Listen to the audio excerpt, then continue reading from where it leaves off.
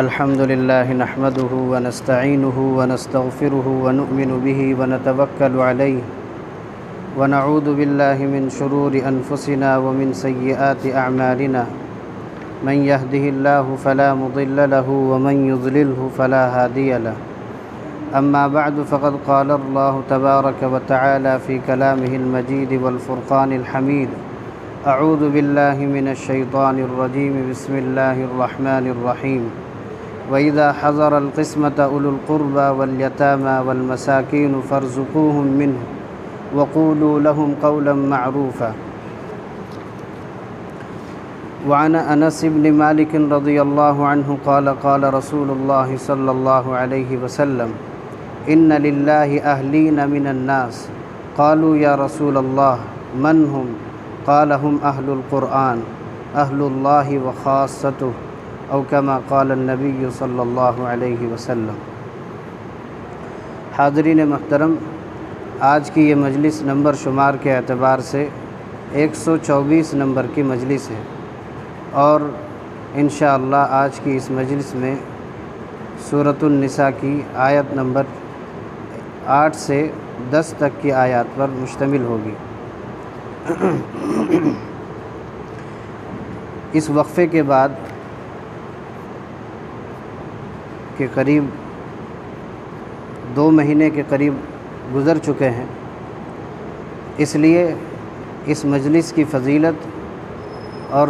اس مجلس کی برکت آپ حضرات کے سامنے احادیث کی روشنی میں عرض کرنا چاہوں گا کہ یہ مجلس اور درس قرآن اور قرآن کریم کی مجالس کتنی اہم اور کتنی عظیم الشان ہوتی ہے۔ تو اس سے پہلے کہ آیت کا ترجمہ اور اس کی تشریح آپ کے سامنے پیش کروں، نبی کریم صلی اللہ علیہ وسلم کا ارشاد آپ کے سامنے میں پیش کرتا ہوں۔ حضرت انس ابن مالک رضی اللہ عنہ کہتے ہیں کہ نبی کریم صلی اللہ علیہ وسلم نے ارشاد فرمایا کہ لوگوں میں سے کچھ لوگ ایسے ہیں جو اللہ کے خاص لوگ ہیں، کچھ لوگ اللہ کے خاص ہیں۔ قالوا یا رسول اللہ، تو صحابہ نے پوچھا اے اللہ کے رسول من ہم، وہ کون لوگ ہیں جو اللہ کے خاص ہیں؟ فرمایا ہم اہل القرآن، وہ اہل قرآن ہیں، یعنی قرآن سے شغف رکھنے والے، قرآن سے محبت رکھنے والے۔ اب قرآن سے شغف اور محبت کس طرح سے کہ اس کو پڑھنے والا ہو یا پڑھانے والا ہو یا سننے والا ہو، یہ تو اس کے الفاظ ہیں۔ قرآن کے الفاظ کے ساتھ ساتھ اس کے معانی کو پڑھنے والا ہو، پڑھانے والا ہو، سننے والا ہو، سمجھنے والا ہو، یہ سب اس کے اندر داخل ہیں۔ فرمائے یہ اہل قرآن ہیں، اہل اللہ و خاصتہ، یہ اللہ کے خاص لوگ ہیں، اللہ کے خاص بندے ہیں۔ تو اللہ کا احسان ہے کہ اللہ نے اس تفسیر کی نسبت سے ہمیں جمع فرما کر اپنے خاص بندوں میں شامل فرما لیا، یہ اللہ کا بہت بڑا احسان ہے۔ اسی طرح حضرت ابو ہریرہ رضی اللہ عنہ کہتے ہیں کہ نبی کریم صلی اللہ علیہ وسلم نے ارشاد فرمایا مجتمع قوم فی بیت من بیوت اللہ یتلون کتاب اللہ ویتدارسون بینہم، کہ جو کوئی بھی قوم اللہ کے گھر میں، اللہ کے گھروں میں سے کسی گھر میں بیٹھ کر کے اللہ کی کتاب کی تلاوت کرتے ہیں یا وَيَتَدَارَسُونَهُ، ایک دوسرے کو پڑھاتے ہیں، ایک دوسرے کو پڑھاتے ہیں، تو فرمایا کہ جو قوم بھی ایسا کرتی ہے إِلَّا حَفَّتْهُمُ الْمَلَائِكَةُ، تو اللہ تعالیٰ کے جو فرشتے ہیں انہیں گھیر لیتے ہیں، وَنَزَلَتْ عَلَيْهِمُ السَّكِينَةُ، اور ان پر اللہ کی سکینت نازل ہوتی ہے، وَغَشِيَتْهُمُ الرَّحْمَةُ، اور اللہ کی رحمت انہیں ڈھانپ لیتی ہے۔ یہ کن لوگوں کے بارے میں فرمایا؟ جو اللہ کی کتاب کی تلاوت کسی مجمع میں کرتے ہیں اور اس کا درس دیتے ہیں۔ وَيَتَدَارَسُونَهُ کا معنی ہے درس دیتے ہیں، تو درس کا مطلب ہوگا کہ اس کے الفاظ، اس کے معانی، اس کی تفسیر یہ پڑھ کر کے سنایا جاتا ہو۔ تو اس مجلس کو جو ہم آج مجلس تفسیر کے نام سے یہاں بیٹھے ہیں، یہ مجلس اسی کو درس قرآن کہتے ہیں، اور آپس میں ایک دوسرے کو پڑھ کر کے سنانے کا مطلب بھی یہی ہے۔ تو اللہ تعالیٰ کے فرشتے انہیں گھیر لیتے ہیں، اللہ کی رحمت انہیں ڈھانپ لیتی ہے اور اللہ کی سکینت ان کے اوپر نازل ہوتی ہے۔ وَذَكَرَهُمُ اللَّهُ فِي مَنْ عِنْدَهُ، اور اللہ تعالیٰ اس مجلس میں بیٹھے ہوئے لوگوں کا ذکر ان لوگوں کے پاس کرتے ہیں جو اللہ کے پاس ہیں، یعنی فرشتوں سے کرتے ہیں۔ تو ہم ان لوگوں میں بھی شامل ہیں جن کا ذکر اللہ تعالیٰ اپنے مقرب فرشتوں اور اپنے خاص فرشتوں کے سامنے ہمارا ذکر فرماتے ہیں۔ اسی طرح ایک اور حدیث ہے جو میں نے اس سے پہلے آپ کے سامنے سنائی تھی، حضرت ابو ذر رضی اللہ عنہ کی حدیث ہے۔ نبی کریم صلی اللہ علیہ وسلم نے ان سے فرمایا تھا، یا ابا ذر لأن تغدو فتعلم آیۃ من کتاب اللہ خیر لک من ان تصلی 100 رکعۃ، کہ اے ابو ذر تمہارے لیے ایک صبح کو قرآن پاک کی ایک آیت کا سیکھ لینا یہ تمہارے لیے بہتر ہے کہ تم 100 رکعت نفل نماز پڑھو۔ 100 رکعت نفل نماز پڑھو، اس سے بہتر ہے کہ قرآن کریم کی ایک آیت سیکھ لو۔ ظاہر ہے کہ جب تک علم نہیں ہوگا عبادت کا کوئی خاص مطلب نہیں ہوگا۔ تو جب قرآن پاک کی آیت سیکھی جائے گی اس لیے کہ اللہ کی عبادت کریں گے، تو یہ قرآن کریم کی ایک آیت کا سیکھنا یہ 100 رکعت نفل پڑھنے سے بہتر ہے۔ اور فرمایا کہ وَلَأَن تَغْدُوَ، اور اگر کسی صبح تم فَتَعَلَّمَ بَابًا مِّنَ الْعِلْمِ، علم کا کوئی ایک باب سیکھ لو جس میں وضو کا بیان ہو، جو بھی ہو، عُمِلَ بِهِ أَوْ لَمْ يُعْمَلْ، اس باب پر اس وقت عمل ہوتا ہو یا نہ ہوتا ہو، پہلے ہوتا تھا اب نہیں ہو رہا ہے یا بعد میں ہوگا، تو فرمایا کہ اس باب کا علم حاصل کرنا جس میں ابھی کوئی عمل نہیں ہوتا ہے اس کو بھی سیکھنا، فرمایا خیر لک من ان تصلی 1000 رکعۃ، یہ تمہارے لیے بہتر ہے اس سے کہ تم 1000 رکعت نفل نماز پڑھو۔ تو اللہ تعالیٰ ہم ایک باب تو سیکھنے نہیں بیٹھے ہیں لیکن کم از کم 3 آیتیں تو سیکھیں گے، گویا 300 رکعت کا ثواب انشاءاللہ پائیں گے۔ تو اسی بات کو مد نظر رکھتے ہوئے قرآن پاک کی آیت اللہ تعالیٰ نے ارشاد فرمایا وَإِذَا حَضَرَ الْقِسْمَةَ أُولُو الْقُرْبَى وَالْيَتَامَى، اس آیت کا جو مضمون ہے وہ مضمون یہ ہے کہ جو لوگ وارث نہ ہوں، وارث جب کسی کا انتقال ہو جائے تو اس کے کچھ لوگ وارث ہوتے ہیں اور کچھ لوگ وارث نہیں ہوتے ہیں، تو جو لوگ ان کے وارث نہ ہوں تو تقسیم کے موقع پر ان کو کچھ دے دینا چاہیے، یہ اس آیت کا مضمون ہے۔ اس سے پہلی جتنی آیتیں گزری ہیں اس میں یتیموں کے مال کے سلسلے میں اور میراث کے سلسلے میں کہ میراث کا حقدار کون ہوگا، اہل عرب جو ہے پہلے یہ سمجھتے تھے اور یہ کرتے تھے کہ جو لوگ بچے ہوتے تھے، چھوٹے ہوں، بچی ہو یا بچہ ہو، ان کو وہ وارث نہیں مانتے تھے، صرف بڑوں کو وارث مانتے تھے، عورتوں کو بھی وارث نہیں مانتے تھے، صرف مرد ہوں، بالغ ہوں، ان کو وہ وارث سمجھتے تھے۔ تو یہاں پچھلی یہ سب چیزیں ذکر آئی، ان سب چیزوں کا ذکر آیا، یہاں فرمایا کہ اگر میراث تقسیم ہو رہی ہو اور تقسیم میراث کے وقت کچھ لوگ آپ کے رشتہ دار میں سے ایسے پہنچ جائیں جن کو وراثت میں ابھی کچھ حصہ ملنا نہیں ہے، تو بہتر یہ ہے کہ جو وراثت ہم آپس میں بانٹ رہے ہیں ان میں سے کچھ حصہ اس رشتہ دار کو بھی دے دیں، اس لیے کہ جب وہ آئے گا تو وہ دیکھے گا کہ میرا فلاں رشتہ دار کا انتقال ہوا، اس کا مال تقسیم ہوا، مجھے اس میں سے کچھ ملا نہیں، تو وہ کبیدہ خاطر ہوگا، اس کا دل رنجیدہ ہوگا، تو اس کی دل جوئی کے لیے کچھ اسے دے دینا چاہیے، لیکن یہ واجب نہیں ہے، یہ صلہ رحمی کے درجے کی چیز ہے کہ وہ خالی ہاتھ نہ لوٹے، کسی طرح وہ دل کے اندر کوئی بات لے کر کے نہ لوٹے، اسے بھی کچھ نہ کچھ دے دینا چاہیے۔ تو اسی کو فرمایا کہ وَإِذَا حَضَرَ الْقِسْمَةَ أُولُو الْقُرْبَى، اگر میراث کی تقسیم کے وقت قریبی رشتہ دار یا مسکین اور یتیم پہنچ جائیں، حاضر ہوں، فَارْزُقُوهُم مِّنْهُ، تو اس حصے میراث میں سے انہیں کچھ دے دو۔ فرمایا کہ وَقُولُوا لَهُمْ قَوْلًا مَّعْرُوفًا، لیکن نہ دے سکتے ہو کسی بھی وجہ سے، مال کم ہو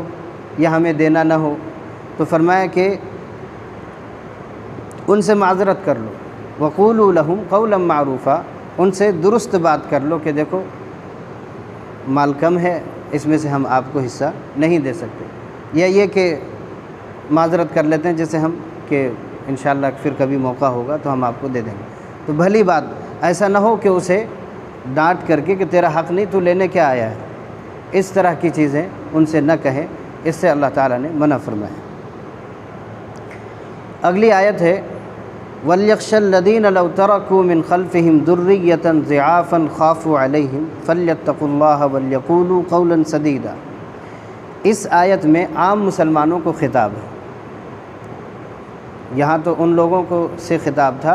جو وراثت تقسیم کر رہے تھے اور لے رہے تھے، یہاں عام مومنوں سے خطاب ہے کہ اس کا اہتمام رکھنا چاہیے کہ مرنے والے کا جو ترکہ ہے وارث کو پورا پورا پہنچ جائے، مرنے والے کا ترکہ چھوڑا ہوا مال یہ وارث کو پورا پورا ملے، ایسا نہ ہو کہ وارث کو ان کا حق نہ ملے کسی وجہ سے۔ اس کی کیا شکل بنے گی؟ اس کی شکل بنتی ہے کہ مرنے والا وارثوں سے مثال کے طور پر ناراض ہو، تو اس نے یہ کیا کہ آخر وقت میں جب اس کو یقین ہو گیا کہ اب میرا آخری وقت ہے، تو اس نے وصیت کی کہ یہ میرا مال فلاں کو، جو وارث نہیں ہے اس کے لیے وصیت کر دی، یا کسی ایک بیٹے کے لیے وصیت کر دی، کسی ایک بیٹی کے لیے وصیت کر دی۔ تو ایک بیٹی کے لیے یہ وصیت کرنا اس کا صحیح نہیں ہوگا، یہ چونکہ اب یہ اس کا انتقال کا وقت آ گیا ہے، اس کے مال میں اب سارے وارثوں کا حق وابستہ ہو گیا، اب اس طرح کی وصیت کرنے کی اس کو اجازت نہیں ہے۔ اسے سمجھایا جائے کہ ایسا مت کرو، یہ تمہارا حق نہیں ہے، اب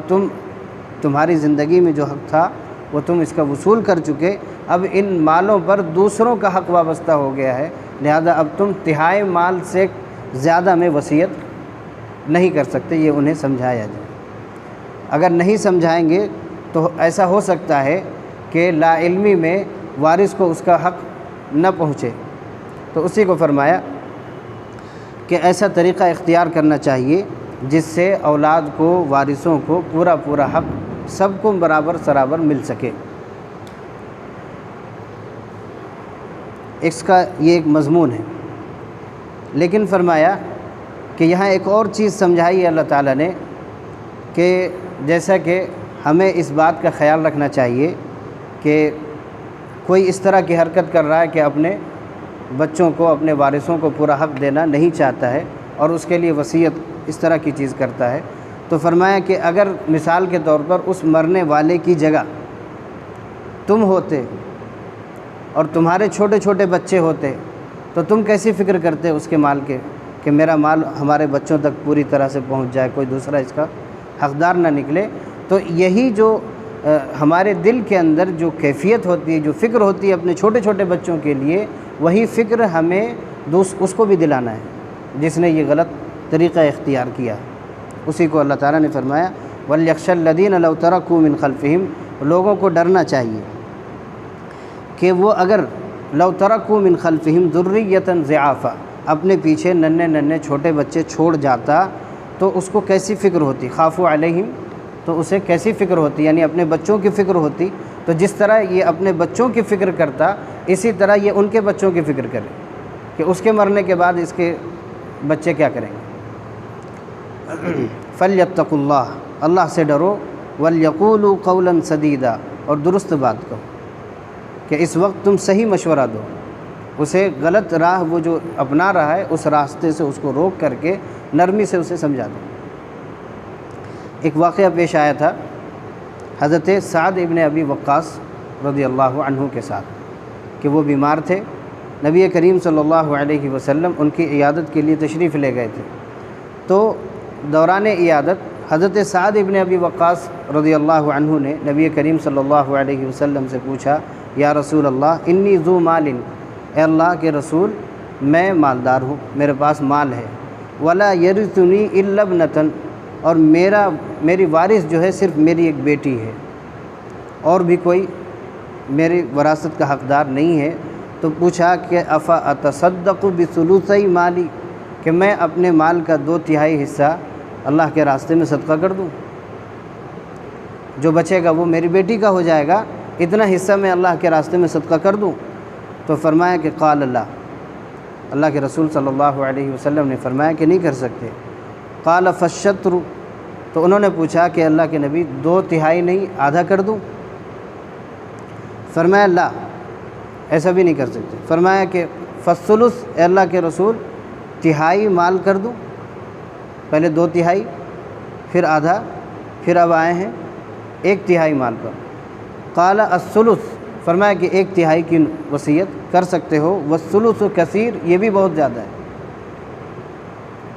اس لیے کہ ہم وارث جو بن رہے ہیں ان کو تو مال ملنا ہی ہے، جو وارث نہیں بن رہا ہے اس کے لیے وصیت ہے، تو آپ وارثوں کو محروم کر کے غیر وارثوں کو اس کا مال پہنچانا چاہتے ہو، تو بہتر یہ ہے کہ صرف 1/3 میں کرے، اور بہتر اس سے بہتر یہ ہے کہ 1/3 سے کم میں کرے، وصیت کرے اور اس وصیت کو نافذ مانا جائے گا۔ پھر فرمایا کہ ثم قال، اللہ کے نبی صلی اللہ علیہ وسلم نے انہیں سمجھایا، انک ان تذر ورثتک اغنیاء خیر من ان تذرہم عالۃ، کہ تم انہیں اپنے بچوں کو غریب بنا کر کے چھوڑو، یہ بہتر ہے کہ تم انہیں مال دے کر کے چھوڑو، انہیں مالدار بنا کر کے چھوڑو، یہ بہتر ہے، یہ نہیں کہ تم اس کو غریب بنا دو کہ لوگوں کے سامنے وہ ہاتھ پھیلائے۔ اگر تمہارے پاس مال ہے تو 1/3 سے کم یا 1/3 تک وصیت کر سکتے ہو، اس سے آگے کی وصیت نہیں کر سکتے، اس لیے کہ ان مالوں میں وارثوں کا حق وابستہ ہو چکا ہے۔ آخری آیت ہے، فرمایا ان الذین یأکلون اموال الیتامی ظلما انما یأکلون فی بطونہم نارا وسیصلون سعیرا۔ یہاں ایک اور بات رکوع کے مکمل ہوتے ہوئے اللہ تبارک و تعالیٰ نے ارشاد فرمایا، پھر یتیموں کے مال کے سلسلے میں نصیحت فرمائی کہ جو لوگ یتیموں کا مال ظلماً کھا لیتے ہیں، ظلماً کھا لیتے ہیں، بلا وجہ کھا لیتے ہیں۔ ظلم کر کے کھانا تو سمجھ میں آتا ہے کہ پورا کا پورا چھین لیا، ایک یہ ہے کہ ساتھ میں اس کھانا ہو رہا ہے، اور جو یتیم ہے اس کا بھی مال اس میں لگ رہا ہے اور ہمارا بھی مال لگ رہا ہے، لیکن یتیم کا مال زیادہ لگ رہا ہے اور ہمارا کم لگ رہا ہے، تو یہ بھی ظلم ہے۔ تو جو لوگ یتیموں کا مال ظلم کے طور پر کھا لیتے ہیں، فرمایا انما یأکلون فی بطونہم نارا، وہ اپنے پیٹوں میں آگ داخل کر رہے ہیں، وہ آگ کھا رہے ہیں، گویا کہ مال نہیں کھا رہے ہیں۔ حضرت ابو ہریرہ رضی اللہ عنہ فرماتے ہیں کہ اللہ کے نبی صلی اللہ علیہ وسلم نے ارشاد فرمایا کہ 7 ہلاک کرنے والی چیزوں سے بچو۔ تو صحابہ نے پوچھا یا رسول اللہ وما ہن، وہ 7 چیزیں کیا ہیں جس سے ہمیں بچنا ہے؟ فرمایا الشرک باللہ، اللہ سے شرک کرنے سے، اللہ کے ساتھ کسی کو شریک کرنے سے بچو، والسحر، اور جادو کرنے سے بچو، وقتل النفس التی حرم اللہ الا بالحق، اور ناحق قتل کرنے سے بچو، کہ جس کا شریعت نے حکم نہیں دیا، قصاص میں قتل کرنا یہ حق ہے، اس کے علاوہ قتل کرنا ناحق ہے، تو اس کو کسی کی جان کو ناحق قتل کرنا، یہ فرمایا ہلاک کرنے والے گناہ ہیں۔ فرمایا وَأَكْلُ الرِّبَا، سود کھانا، وَأَكْلُ مَالِ الْيَتِيمِ، اور یتیموں کا مال کھانا، یہ بھی ہلاک کرنے والا۔ وَالتَّوَلِّي يَوْمَ الزَّحْفِ، اور لڑائی کے دن میدان جنگ سے پیٹ پھیر کر واپس آ جانا۔ وَقَذْفُ الْمُحْصَنَاتِ الْمُؤْمِنَاتِ الْغَافِلَاتِ، اور بھولی بھالی عورتوں پر، ان کی عزت پر داغ لگانا۔ یہ 7 چیزیں ہیں جو ہلاک کرنے والی، تو اس میں سے ایک چیز ہے مال یتیموں کا مال کھانا، تو یہ 7 ہلاک کرنے والی چیزوں میں سے ایک یہ بھی ہے۔ تو فرمایا کہ جو لوگ ظلماً یتیموں کا مال کھا لیتے ہیں وہ اپنے پیٹوں میں آگ داخل کر رہے ہیں۔ اسی طرح حضرت ابو ایک اور حدیث ہے، ان رسول اللہ صلی اللہ علیہ وسلم قال یبعث یوم القیامت القوم من قبورہم، کہ کچھ لوگ اپنی قبروں سے اٹھیں گے، تعجج افواہہم نارا، ان کے منہ سے آگ کے شعلے نکل رہے ہوں گے۔ کچھ لوگ ایسے اٹھیں گے کہ ان کے منہ سے آگ کے شعلے نکل رہے ہوں گے۔ تو صحابہ نے پوچھا یا رسول اللہ من ہم، کون لوگ ہیں؟ فرمایا کہ تم نے وہ آیت نہیں سنی، ان الذین یأکلون اموال الیتامی، وہ لوگ جو یتیموں کا مال ناحق کھا لیتے ہیں وہ اپنے پیٹوں میں آگ داخل کر رہے ہیں، وسیصلون سعیرا، وہ عن قریب جہنم میں داخل کیے جائیں گے۔ تو یہ وہی لوگ ہیں جو ظلماً یتیموں کا مال کھا لیتے ہیں، ان کا یہ حال ہے کہ ان کے منہ سے آگ کے شعلے نکل رہے ہیں۔ یہاں تو اللہ تعالیٰ نے مثال کے طور پر سمجھا دیا کہ وہ مال کھا رہے ہیں لیکن مال نہیں ہے، وہ کیا ہے؟ آگ ہے۔ لیکن کل قیامت میں اس آگ کو اللہ تعالیٰ ظاہر کر کے دکھا دیں گے کہ اس نے یتیم کا مال کھایا تھا، اس کے منہ سے جو آگ نکل رہی ہے یہ آگ یتیموں کا مال ہے۔ اللہ تعالیٰ ہماری حفاظت فرمائے اور قرآن پاک کی اس مجلس میں بیٹھنے کی توفیق نصیب فرمائے۔ وما علینا الا البلاغ۔